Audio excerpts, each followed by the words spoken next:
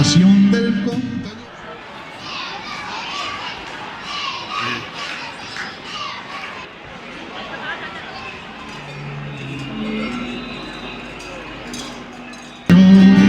Para romper a tu magia, los dueños de Don Dinero, construir un telesilla desde Astuna.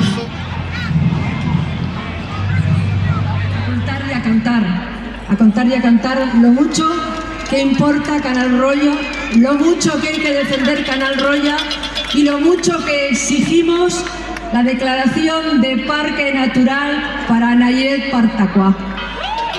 A todos y a todas las que nos habéis acompañado esta tarde en la manifestación y a las que estáis aquí, a las y todos, porque todas y todos sois protagonistas de este triunfo, de que Canal Roya vaya a quedar libre de las zarpas de este gobierno que se había empeñado en destrozar uno de los más maravillosos valles naturales y preciosos que quedan en el Pirineo. Canal Roya está a salvo.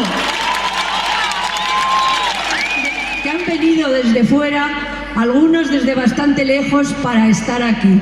Saludemos a los compañeros de Jaca, algunos de Teruel, de la Asamblea de Canal Roya, la Asamblea de Huesca, del Sobrarbe, Monzón, Aínsa y otros muchos pueblos del Pirineo.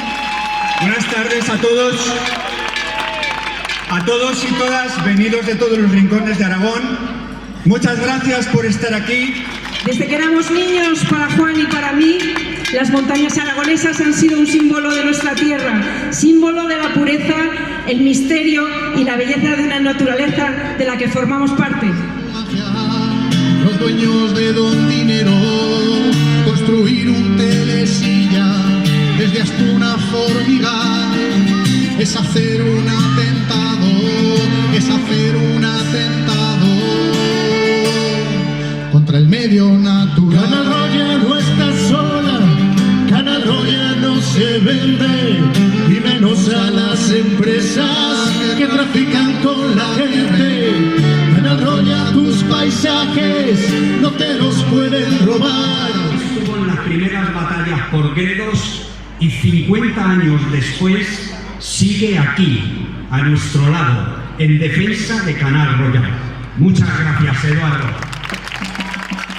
Canal Roya, tus paisajes no te los pueden robar.